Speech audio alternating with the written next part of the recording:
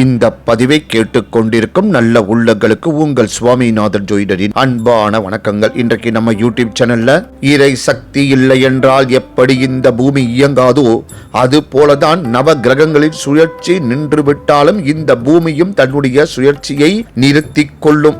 மனிதர்களுடைய வாழ்க்கையில் நல்லது கெட்டது நவ கிரகங்களை வைத்துதான் நிர்ணயிக்கப்படுகின்றது. அந்த வகையில் மார்ச் மாதம் 29 6 கிரக சேர்க்கையானது மீன ராசியில் நிகழவிருக்கின்றது.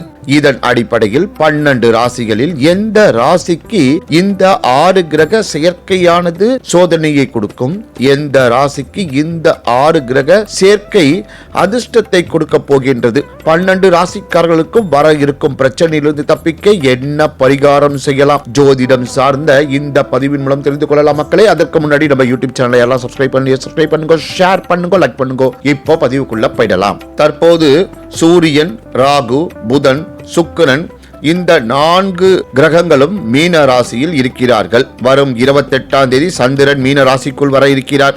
வரும் மார்ச் 29 சனி பகவானும் மீன ராசிக்குள் நுழைய போகிறார். ஆக மொத்தம் மார்ச் 29 ராகு, புதன், சுக்கிரன், சூரியன், சந்திரன், சனி பகவான் 6 பேரும் மீன ராசியில் வந்து அமர்ந்து கொண்டு ஆதிக்கம் செலுத்த போகிறார்கள். இதுதான் அந்த 6 கிரக சேர்க்கையில் நிகழவிருக்கும் அற்புதம்.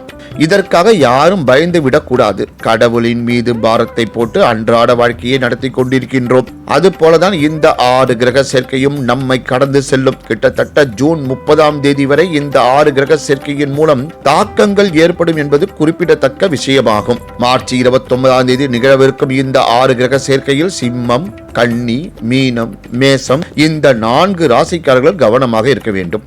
உங்களுடைய ஆரோக்கியத்தை கவனமாக பார்த்துக் கொள்ள வேண்டும். வேலை சம்பந்தப்பட்ட விஷயத்தில் பொறுமையாக இருக்க வேண்டும். மேல் அதிகாரிகளுக்கு மதிப்பு கொடுத்து நடக்க வேண்டும். பொருளாதார ரீதியாக எந்த ஒரு விஷயத்திலும் அகலக்கால் வைக்க கூடாது. சிந்தித்து செயல்பட வேண்டும். இருக்கும் வேலையை தக்க வைத்துக் கொள்வது புத்திசாலித்தனமானது. உடல் உபாதைகள் ஏதாவது இருந்தால் உடனடியாக மருத்துவரை அணுகுவது நல்லது. இன்னும் உங்களுடைய சொந்த வாழ்க்கையில் எந்த வகையில் பிரச்சனை வந்தாலும் அதிலும் கூட பொறுமையாக முடிவு எடுக்க வேண்டும். அவசரப்படாமல் இருப்பது மிகவும் நல்லது. இந்த 4 ராசிக்காரர்களுமே தினமும் விநாயகரை வழிபாடு செய்யலாம், நன்மை கொடுக்கும். மிதுனம், கடகம், தனுசு இந்த 3 ராசிக்காரர்களுக்குமே அடுத்த 3 ஆண்டுகளுக்கு அதிர்ஷ்ட மழை பொழிய போகின்றது.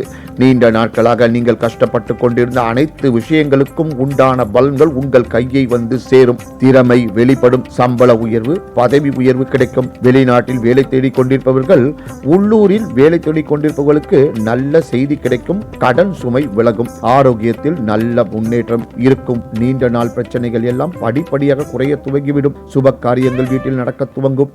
இது போல நல்ல விஷயங்களை இந்த 6 கிரக சேர்க்கையானது உங்களுக்கு கொடுக்க போகின்றது. இருந்தாலும் நீங்கள் அரசுக்கு புறம்பாக எந்த ஒரு வேலையையும் செய்யக்கூடாது. கவனத்தில் வைத்துக் கொள்ளுங்கள். எந்த கிரக சேர்க்கையாக இருந்தாலும் 12 ராசிகளுக்கும் ஒரு தாக்கத்தை கொடுக்கும் அல்லவா? நீங்கள் எந்த ராசிக்காரர்களாக இருந்தாலும் 12 ராசியில் உங்கள் ராசி எந்த ராசியாக இருந்தாலும் சரி, இந்த 5 மாதங்களுக்கு எல்லா விஷயங்களிலும் கவனமாக இருக்க வேண்டும். குறிப்பாக பங்கு சந்தையில் முதலீடு செய்வது, அரசாங்கத்திற்கு புறம்பாக எந்த காரியத்திலும் ஈடுபடாமல் இருக்க வேண்டும். முதலீடு செய்யும் போது ஒன்றுக்கும் பல முறை சிந்திக்க வேண்டும். 3வது நபரை நம்பி கண்மூடித்தனமாக பணம் கொடுப்பது, வாங்குவது போன்ற பரிவர்த்தனை இருக்கக்கூடாது. நம்பிக்கை இருக்கலாம். அதற்காக பணம் சம்பந்தப்பட்ட விஷயத்தில் யாரையும் நம்பாமல் இருப்பதுதான் இந்த காலகட்டத்துக்கு உகந்தது. இந்த 6 கிரக சேர்க்கையின் மூலம் வரக்கூடிய பிரச்சனையிலிருந்து தப்பிக்க வேண்டும் என்றால் 12 ராசிக்காரர்களும் செய்ய வேண்டிய வழிபாடு விநாயகர் வழிபாடு. அடுத்ததாக செய்ய வேண்டிய வழிபாடு, மிகவும் முக்கியமான வழிபாடு என்னவென்றால் உங்களுடைய குலதெய்வ வழிபாடு. இந்த 6 கிரக சேர்க்கையானது உங்களுக்கு எந்தவித தாக்கத்தையும் ஏற்படுத்தாமல் உங்களுடைய குலதெய்வம் உங்களை காத்து அருளும் என்று கூறி இந்த சிறப்பான ஆன்மீக பதிவை நிறைவு செய்கிறேன். நன்றி, வணக்கம், வாழ்க வளமுடன்.